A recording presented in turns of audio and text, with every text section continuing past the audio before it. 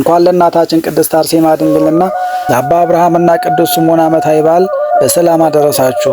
ቻናሉ አዲስ ስለሆነ ሁላችሁም በቅንነት ሰብስክራይብ አድርጋችሁ በመጀመር ቪዲዮውን ደግሞ ላይክ በማድረግ በየቀኑ የምንለቃቸውን አጫጭር የቅዱሳን ታሪኮችና የሥርዓተ ቤተ ክርስቲያን ትምህርቶችን ይከታተሉን። አንድ አምላክ በሆነ በአብ በወልድ በመንፈስ ቅዱስ ስም ታኅሳስ 6 በዚች ቀን የሰማዕቷና የድንግሊቷ የቅድስት አርሴማ ቤተ ክርስቲያን የከበረችበትና የሥጋዋ ፍልሰት የሆነበት ከእርሷም ጋር የተገደሉ የ27 ደናግልም የሥጋቸው ፍልሰት የሆነበት ይታሰባል። እናታችን ቅድስት አርሴማን በምን እንመስላታለን? እርሷ በአድማስ ላይ ተቀምጦ እንደሚያበራ ዕንቁ ናትና ክብሯ ብዙ ነው። መድኃኒታችን ክርስቶስ በወንጌል እንዳለ በተራራ ላይ ያለች ከተማ ልትሰወር አትችልም እንዳለ የሰማዕቷ ሕይወትም እንደ ብርሃን ተገልጦ ሲያበራ ይኖራል። ቅድስት አርሴማ ቤተሰቦቿን በመታዘዝ ደስ ያሰኘችና ብሩክት ናት። ቅድስት አርሴማ ይህ ቀረሽ የማይሏት ውብና ቆንጆ ናት። ቅድስት አርሴማ ድንግል ናት። ቅድስት አርሴማ ባህታዊትም ጻድቅትም ናት። ቅድስት አርሴማ ኃያል ሰማዕትም ናት። ይህስ እንደምን ነው ቢሉ ቅዱስ ጎርጎርዮስ የታላቋ ሰማዕት ቅድስት አርሴማ ትልቅ ወንድም ነው። በዚያ የመከራ ዘመን ቅዱስ ጎርጎርዮስ 3 ኃላፊነቶች ነበሩበት። አንደኛ ቅድስት አርሴማን ጨምሮ ደናግሉን መጠበቅና ማጽናት፣ ሁለተኛም ትምህርተ ቤተ ክርስቲያን በሚገባ ማጥናት፣ ሶስተኛም የሚመጣውን መከራ ለመቀበል ራሱን ማዘጋጀት ነበረበት። ቅዱሱም 3ቱንም ኃላፊነቶች በሚገባ በመወጣት ከራሱ አልፎ ለሌሎች መሐሪያ መሆን ቻለ። ያችን ንጽሕት አርበኛ ቅድስት አርሴማንም አጽንቶ የደናግሉ መሪ አደረጋት። መከራው ገፍቶ እስከመጣበት ጊዜ በአንድ የደናግል ገዳም ውስጥ ሆነው ይጾሙና የጸለዩ ገዳማዊ ስራን የሚሰሩ ነበረ። ለዚህም ነው ቅድስት አርሴማንና ቅዱስ ጎርጎርዮስን ጻድቃን ናቸውም የምንላቸው። በኋላ ግን የምድራችን ጨካኝ ንጉሥ ዲዮቅልጥያኖስ በመልኳ ተማርኮ ቅድስት አርሴማን ካላገባው ማለቱ ወንድሟ ቅዱስ ጎርጎርዮስ ቅድስት አርሴማን ጨምሮ ክርስቲያኖችን ይዞ ወደ አርማንያ ተሰደደ። በአርማንያም በአንድ ገዳም ውስጥ ተደብቀው በጾምና በጸሎት ለጥቂት ጊዜ ቆዩ። ነገር ግን ራቡ ፈጃቸው። የሚላስ የሚቀመስ ነገር በአካባቢው ባለመኖሩ ምክንያት ቅዱስ ጎርጎርዮስ ወደ ከተማ ለመውጣት ተገደደ። በድርጣድስ ቤተ መንግሥት ውስጥ ተቀጥሮ በሚያገኛት ገንዘብም ወገኖችን ያግዝ ነበር። መከራው ግን ሊለቃቸው አልቻለም።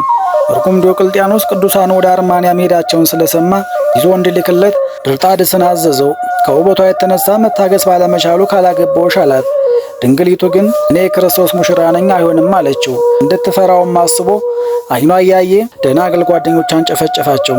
አልሳካል ቢለው በአደባባይ በግድ ሊያገባት ሞክሮ እጁን ጠምዛ በሰው ሁሉ ፊት መሬት ላይ ጣለችው። በድርጊቱ እጅግ ስላፈረም ቅድስት አርሴማን በብዙ አስገረፋት፣ አሰቃያት፣ ዓይኗንም አወጣ። በመጨረሻም አንገቷን አሰይፎ የሰማዕትነትን ክብር ተቀብላለች። ነገሩ ሁሉ በኋላ ግን ድርጣድስና ባለሟሎቹ ላደን በሄዱበት እርኩስ መንፈስ ወደ አውሬነት ሪያነት ቀየራቸው። የንጉሡትም ስታለቅስ በራእይ ቅዱስ ጎርጎርዮስን ከተቀበረበት ካላወጣችሁት አትድኑም አላቸው። ቅዱስ ጎርጎርዮስንም ወደ አሁኑ ቆፍረው ሲያወጡት የመጀመሪያ ስራው ያደረገው ለ15 ዓመት ያክል ያለ ቀባሪ የተበተነውን የቅድስት አርሴማንና የሰማዕታቱን አጽም ሰብስቦ በክብር እንዲቀመጥ አደረገ። ድርጣድስና ባለሟሎችንም ወደ በረሃ ገብቶ ፈወሳቸው። የሰማዕቷ የቅድስት አርሴማ አጽምም በ14ኛው መቶ ክፍለ ዘመን ከሌሎች ሰማዕታት አጽም ጋር ወደ ኢትዮጵያ እንደመጣ ይነገራል። በዚህም ምክንያት እናታችን ቅድስት አርሴማ ሀገራችን ኢትዮጵያ የተለየ ፍቅር አላት። ስሟ በተጠራበት ሁሉ ታላቅ ኃይልና በረከትን ታደርጋለች። ችለትም ለእናታችን ለቅድስት ለድንግልና ሰማዕቷ ቅድስት አርሴማ ተከታዮቿ የፍልሰትና የቅዳሴ ቤታቸው መታሰቢያ ይደረጋል። በዚህች ችለትም የቅድስት አርሴማ የመንፈስ እናቷ ቅድስት አጋታ ትታሰባለች። ይቺ ቅድስት እናትም እመምኔ ስትሆን ቅድስት አርሴማን ታስተምራት፣ ታጸናት፣ ከጎኗም ትቆምላት ነበር። ራቧን፣ ጥሟን፣ ስደቷን፣ መከራዋን ሁሉ አብራ የተሳተፈችና በፍጻሜውም ከእነርሱ ጋር ሰማዕትነት ተቀብላለች። ዳግመኛም በዚች ቀን አባ አብርሃምና ቅዱስ ስምዖን ጫማ ሰፊው በዓላቸው ይታሰባል። እነዚህ 2 ኮከቦች በ11ኛው መቶ ክፍለ ዘመን አካባቢ በምድረ ግብፅ ተነስተው ለቤተ ክርስቲያን ድንቅ ታምርን የሰሩ አበው ናቸው። መብርሃን ድንግል ማርያም ወላዲት አምላክን ለሥራ እስከምታገናኛቸው ድረስ እርስ በርሳቸው አይታወቁም ነበረ። አባ አብርሃም ተወልዶ ያደገ ሶርያ ሲሆን እጅግ የታወቀ ነጋዴ ነበረ። ከሶርያ ግብፅ እየተመላለሰ ሲነግድ ባለጸጋ ሆኖም ነበር። ነገር ግን ክርስትናን አጥብቆ የተማረ ነዳያንን የማይዘነጋ ጾምና ጸሎትን የማይገፋና እኔን ብቻ ይርላኝ የሚል ሰው ስላልነበረ እግዚአብሔር ለታላቅ ሥራ ጠራው። የግብፅ 61ኛ ፓትርያርክ አባ ፊላታዎስ ባረፈ ጊዜ አባቶች ተተኪ ፍለጋ ሲገቡ ሶርያዊ አብርሃምን ሹሙት ያላቸው፣ እርሱ ግን እምቢ ቢልም በግዴታ ሹመውት ከዚያም በኋላ የነበረውን ሀብቱን እኩሉን ለነዳያን እኩሉን ለገዳማት ሰጥቶ ባዶ እጁን ወደ መንበረ ጵጵስናው መጥቷል። በዘመነ ሲመቱም ልማደ ኃጢአትን ከሕዝቡ ላይ ለማራቅ ብዙ ሥራን ሰርቷል።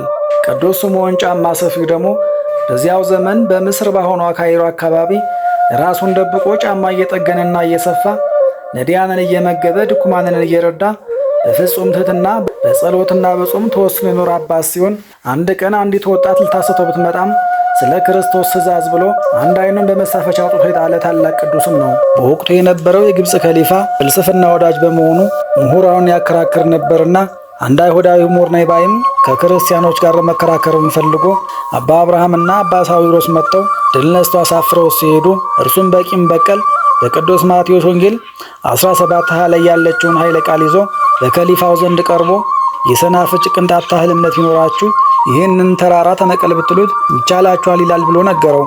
ከሊፋውም አባ አብርሃምን ጠርቶ መጽሐፍ ቅዱሳችሁ እንደዚህ ይላልን ብሎ ጠየቀው። አባ አብርሃምም አዎ ሲል መለሰለት። ከሊፋውም እንግዲያውስ አድርጋ አሳየኝ አለው።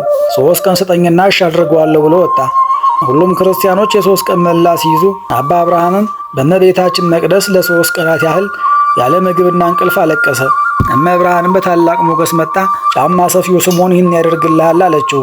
በምልክትም ወደ አባ ስምዖን ሄዶ በፊቱ ላይ ያዘን ብሎ አቤቱ ለወገኖቹ ለክርስቲያኖች እዘንላቸው አለው። ስምዖንም ደንግጦ እምቢ እንዳይለው የድንግል ማርያምን ስም ጠራበት። ለአባ አብርሃምም አባቱ የሰው እንዳያውቀኝ አደራ ብሎ ወደ አንድ ትልቅ ተራራ ላይ አብረው ሄዱ። ሕዝቡ በአንድ ወገን፣ ከሊፋውና ሰራዊቱ በሌላ ወገን ቆሙ። ቅዱሳኑ ከምዕመናን ጋር 41 ኪርያላይሶን አድርሰው ሰግደው ቀዳ ሲሉ ተራራው ተነቅሎ በአየር ላይ ተንሳፈፈ። ነገሩን ለማጽናትም ለ3 ጊዜ ያክል እየተነቀለ ተተከለ። በኋላም በከሊፋው ምርጫ ወደ ሌላ ቦታ አልፎ ተቀመጠ። በዚህች ዕለትም በድንግል ማርያም ምልጃ በቅዱሳኑ ጸሎት ታላቅ ሞገስ ሆነ። ወዲያው ግን ዳሴ ከንቱን ይጠላ ነበርና ቅዱስ ስምዖን ጫማ ሰፊው ተሰውሮ ጠፋ።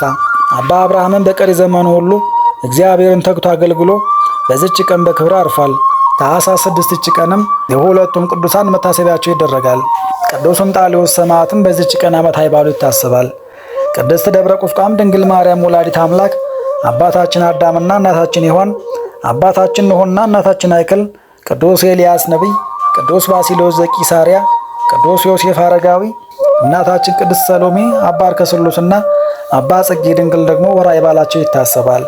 ለእግዚአብሔር ክብር ምስጋና ይሁን። እኛም ቅዱሳኑን አክብረን በስማቸው ምግባር ትሩፋት ፈጽመን በረከታቸው እንድንሳተፍ አምላከ ቅዱሳን ይርዳን። በየቀኑ የምንለቃቸውን ቪዲዮዎች ለመከታተል አዲስ ከሆናችሁ ቻናሉን ሰብስክራይብ በማድረግ ቪዲዮውን ላይክ በማድረግና የደወል ምልክቷን በመጫን ቤተሰብ በመሆን ተከታተሉን።